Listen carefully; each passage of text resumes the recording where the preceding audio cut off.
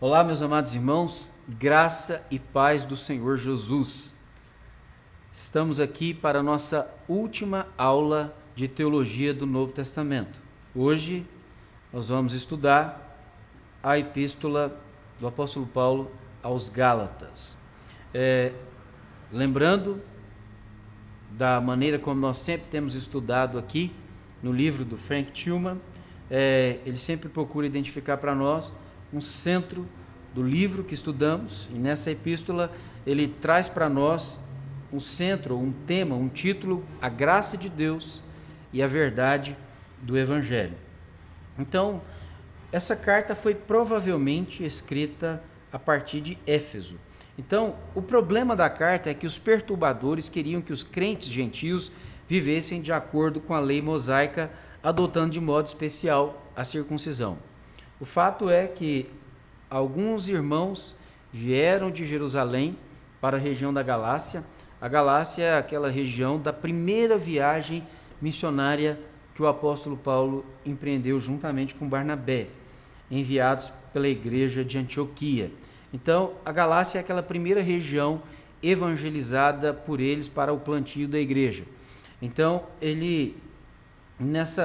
depois da plantação da igreja, vieram alguns irmãos de Jerusalém e começaram a anunciar ali aquilo que Paulo chama de um pseudo-evangelho, um falso evangelho, porque eles queriam associar a salvação em Cristo Jesus com a guarda da lei judaica em alguns de seus aspectos, em especial a circuncisão.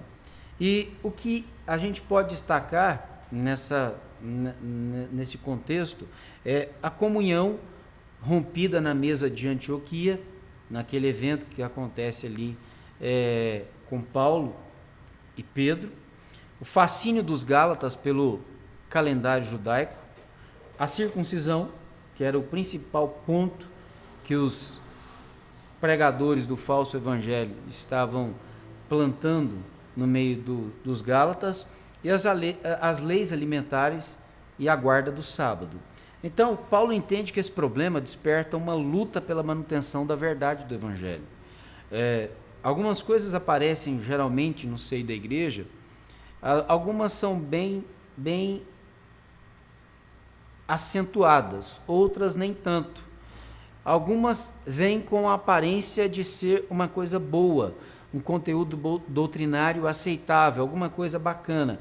Outros já vêm revestido de um quê assim, mais contrário, mais oposto ao Evangelho. Mas algumas coisas vêm parecendo ter uma aparência de piedade, uma coisa bacana, boa, como era o caso dessa doutrina que vinha de Jerusalém, desses irmãos de Jerusalém. A impressão que dá é uma coisa boa. Você associar Cristo com a lei judaica, com a guarda de alguns aspectos da lei judaica. Mas Paulo, ele diz de forma bem assintosa: se alguém pregasse outro evangelho, que fosse além daquele que ele já havia pregado, ainda que um anjo viesse do céu e fizesse isso, ele acentua: que seja maldito, que seja anátema.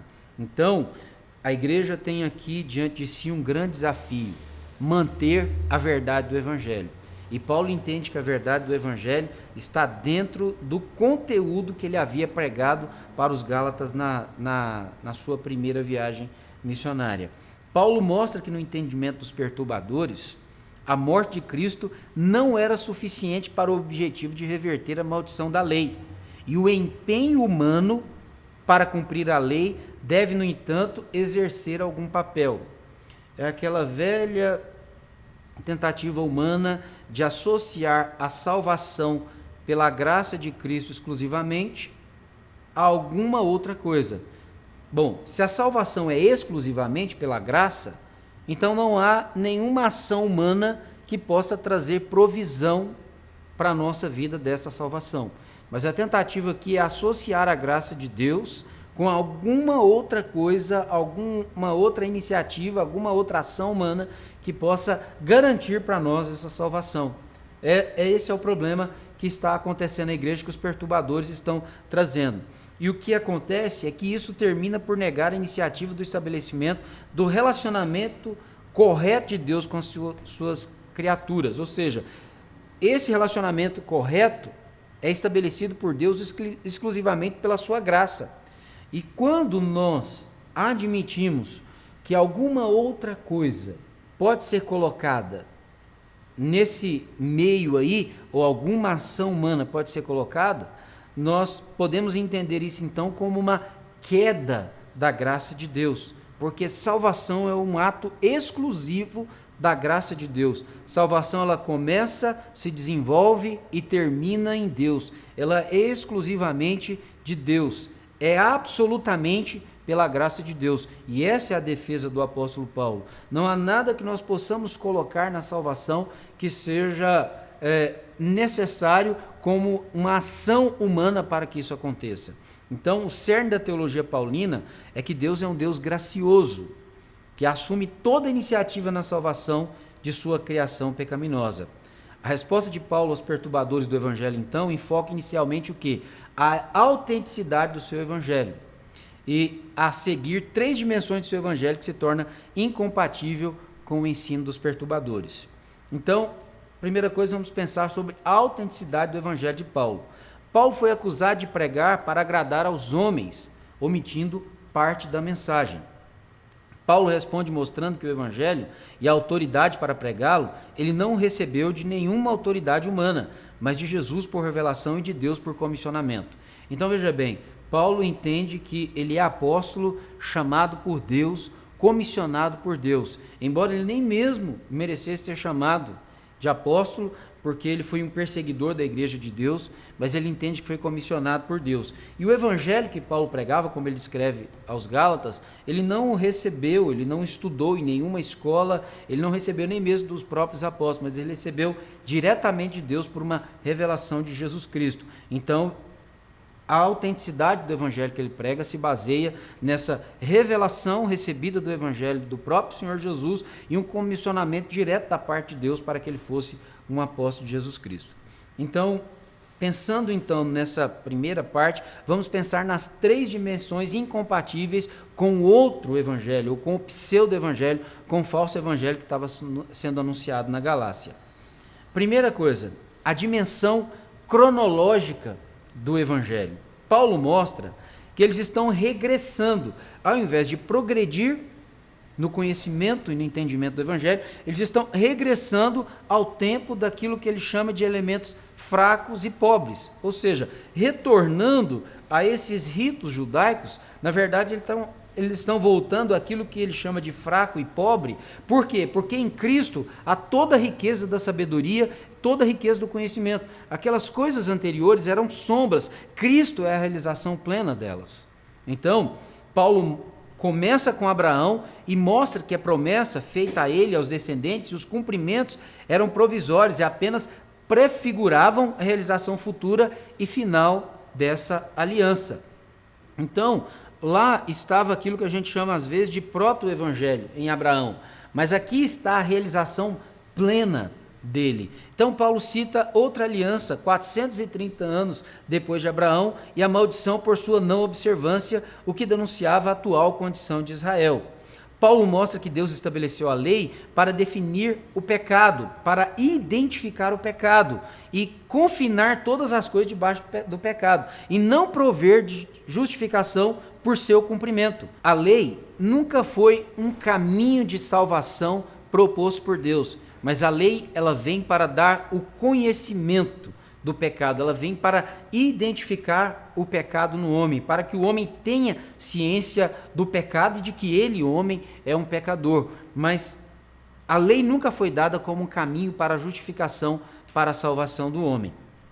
Paulo também mostra que a lei, ela era temporária, deveria vigorar só até o tempo que Deus cumprisse a promessa feita a Abraão.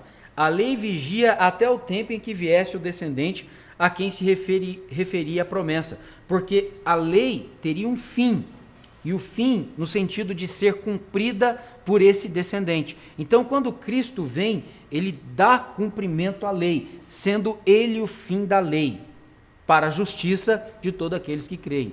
Então, é necessário o cumprimento da lei? Sim, mas não há nenhum homem que seja capaz de cumpri-la.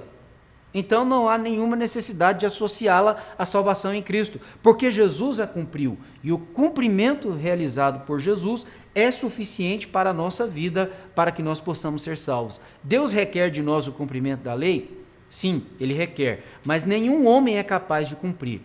Como que Deus resolve esse problema? O cumprimento de Jesus é suficiente para as nossas vidas. O que significa? Que Deus olha para nós que estamos em Cristo como alguém que cumpriu cabalmente a sua lei, não por si mesmo, mas em Cristo. O seu cumprimento é atribuído a nós. Então, a fé, não a lei mosaica, é o princípio normativo do povo de Deus. Assim, os gentios são filhos de Abraão por causa do mesmo princípio, a fé. Se Abraão é quem Deus usa para começar a história do seu povo, e a sua justificação se dá não pelo cumprimento da lei, até porque a lei não havia sido dada ainda, a lei vai ser dada anos depois através da vida de Moisés. Deus traz a lei através de Moisés, mas para Abraão, que é o homem que Deus chama para começar a história do seu povo, a justificação vem até ele por meio da fé. Então, o gentio que crê em Deus hoje, ele não tinha todo esse conteúdo da lei, mas hoje ele tem o evangelho da graça de Deus que lhe é comunicado, como os Gálatas tinham. Esse evangelho que foi comunicado por Paulo. Então, não a guarda da lei, mas a fé no evangelho da graça de Deus, que também engloba a lei, porque Cristo cumpriu a lei, mas a fé no evangelho, a fé na pessoa do Senhor Jesus Cristo, é que concede a salvação, a justificação, a vida mesma do gentio. O mesmo princípio que operou em Abraão é o mesmo princípio que opera nos gentios. Então, a iniciativa dos Gálatas de retornar à lei mosaica era uma tentativa infrutífera de nadar contra a corrente da história da salvação. Então, a história da salvação traz para nós o quê? Que Deus deu a lei como caminho para que o homem conhecesse o pecado, para que o homem se entendesse como pecador. E ela é o caminho, então, que nos conduz ao quê? A Cristo. Por quê? Porque ela não provê para nós a redenção. Então, ela nos conduz àquele que nos provê a redenção, que é Cristo Jesus, e isso por graça. Então, olhando para o tempo, para a cronologia da salvação, ou a cronologia que nós encontramos no Evangelho, se voltássemos à lei, ou como estava acontecendo com os Gálatas, se olhássemos para a lei como um meio de graça, como um meio de salvação também, estaríamos voltando no tempo e não avançando para as coisas preparadas por Deus, que são concernentes à salvação. A segunda dimensão é a dimensão antropológica do Evangelho. Paulo não crê apenas que a nação de Israel tenha pecado contra Deus e necessite da restauração escatológica divina, mas que os homens, judeus e gentios, são incapazes de observar as ordens de Deus e, portanto, encontram-se individual e existencialmente sob a maldição de Deus.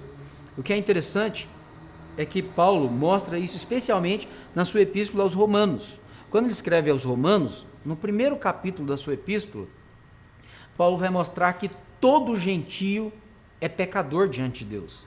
Mas não somente isso, no capítulo 2, ele vai mostrar que todo judeu também, apesar de ser povo de Deus, apesar de ser o povo eleito por Deus, elaborado por Deus, realizado por Deus, assim, todo judeu e todo gentio precisa da salvação pela graça de Deus, por meio do Evangelho e não por meio da lei. Então, de uma perspectiva antropológica, judeus e gentios são um povo. Por quê? Estão na mesma condição. Apesar do judeu ser o povo de Deus, ele não deixa de ser pecador. A vantagem do judeu é que ele tem a promessa, ou as promessas. Ele tem a lei, ele tem as alianças. Mas ainda assim, isso aponta para o Redentor, o que demonstra que os judeus também eram pecadores e eles precisavam do Redentor. A todos aqueles itens que Deus lhes deu, as promessas, as alianças, a lei, os profetas, todas essas coisas que foram dadas ao povo de Deus no passado, não garantiam para eles a salvação. Elas serviam como um caminho para que eles entendessem que eles necessitavam de um Messias, eles necessitavam de um Redentor, precisavam de um Salvador. Então, nessa perspectiva antropológica, tanto judeus como gentios estão na mesma condição. E Paulo afirma que nenhum homem pode ser, então, justificado pela lei, nem mesmo gentios, melhor dizendo, nem mesmo os judeus que tinham a lei podiam ser justificados pela lei. Essa perspectiva antropológica não é um conceito teológico originado por Paulo, mas a perspectiva das escrituras dos judeus e de alguns outros judeus do período do Segundo Templo. Quando Paulo diz, ninguém é justificado pela prática da lei, em capítulo 2, verso 16, ele faz reverberar com grande probabilidade, conscientemente, o pedido do salmista a Deus. Veja bem, no Salmo 143, verso número 2. Mas não leves teu servo a julgamento, pois ninguém é justo diante de ti. Então, nós vemos aqui que no conceito do povo de Deus no Antigo Testamento, e o salmista faz reverberar isto, não leve teu servo a julgamento, pois ninguém é justo diante de ti. E aí, o que nós encontramos em Romanos é o que? Não há nenhum justo, nenhum sequer, porque todos pecaram, estão destituídos da glória de Deus. Então, esse é o entendimento antropológico do homem, mesmo judeu. Tanto gentio como judeu são pecadores e precisam da graça de Deus proposta no Evangelho. Paulo também refresca a memória dos Gálatas e de seus mestres ao relembrar que não apenas Israel infringiu a lei e por isso jaz sob a maldição da lei como nação, mas que nenhum indivíduo jamais cumpriu toda a lei. E desse modo, ninguém pode ser justificado pelas obras que a lei exige. Então, se isso é verdade, como os irmãos da Galácia, que creram no Evangelho, podem admitir um Evangelho que inclua a guarda de alguns aspectos da lei, em especial a circuncisão? Como os irmãos podem admitir que precisam de um calendário judaico associado às suas práticas para a salvação? Como eles podem admitir certas leis alimentares, que era dos judeus, que implica também na sua redenção? Esta é a implicação do discurso de Paulo a Pedro em Antioquia, quando Pedro se afastou da mesa da comunhão com os gentios da igreja, na tentativa de obrigar os gentios a viverem como judeus. Pedro estava ali, na mesa com os irmãos de Antioquia, comendo da mesma comida que os judeus comiam naquele momento, sabendo que conscientemente não havia nada errado com aquela mesa. Mesmo que tivesse alguma comida que anteriormente era vedada a um judeu comer, Pedro agora podia participar normalmente daquela comida, daquela dieta que os gentios comiam. Mas quando chega alguns de Jerusalém, ele, percebendo a sua chegada, ele começa a se distanciar da mesa para não evidenciar para aquele pessoal que ele estava participando da mesa dos gentios. E Paulo diz que esse era um comportamento reprovável e admoesta ele, porque na verdade seria uma tentativa de obrigar os gentios a viver como judeus. Isso não era correto, mediante a novidade do Evangelho que o próprio Pedro havia recebido com aquele lençol que desceu do céu, mostrando que aquelas coisas agora Deus havia purificado e podia perfeitamente fazer parte da dieta dos judeus. Paulo consegue enxergar não somente a redenção do povo de Deus como tal, mas também de sua própria vida individualmente, de todo aquele que nele crê. Capítulo de número 2, verso número 20, quando ele diz assim: logo já não sou eu quem vive, mas Cristo vive em mim, e esse viver que agora tenho na carne, vivo pela fé no Filho de Deus que me amou e a si mesmo se entregou por mim. Ou seja, a fé se concentra absolutamente em Cristo Jesus. A lei não é colocada aqui como um adendo. Então, o conjunto de acontecimentos usados por Deus mediante a morte de seu Filho para redimir seu povo, não só em conjunto, mas individualmente, da escravidão do pecado, é chamado por Paulo de quê? A graça de Cristo. A terceira dimensão é a dimensão ética do Evangelho. É provável que os perturbadores tenham forçado os crentes gentios a aceitar a circuncisão por meio de ameaças de abandono da comunhão caso eles não aceitassem a lei mosaica, ou seja, eles não fariam parte da igreja. Então, Paulo mostra que a nova era do Evangelho traz consigo uma nova lei incompatível com os esforços dos perturbadores para coagir os gentios a aceitar a circuncisão. Então, o que acontece? A lei resume no mandamento de amar ao próximo como a si mesmo. Então, a lei se resume nisso. Amar, essa é a dimensão ética do Evangelho. Amar o próximo como a si mesmo. A tentativa de coagir os cristãos de origem gentílica a aceitar a lei mosaica, ao recusar a comunhão com eles, viola essa nova lei. Então, o que acontece? Paulo também mostra que os Gálatas não devem temer por não terem uma âncora ética, porque Deus cumpriu entre eles a promessa de quê? De colocar o Espírito no interior de cada membro do seu povo durante a era escatológica da sua restauração.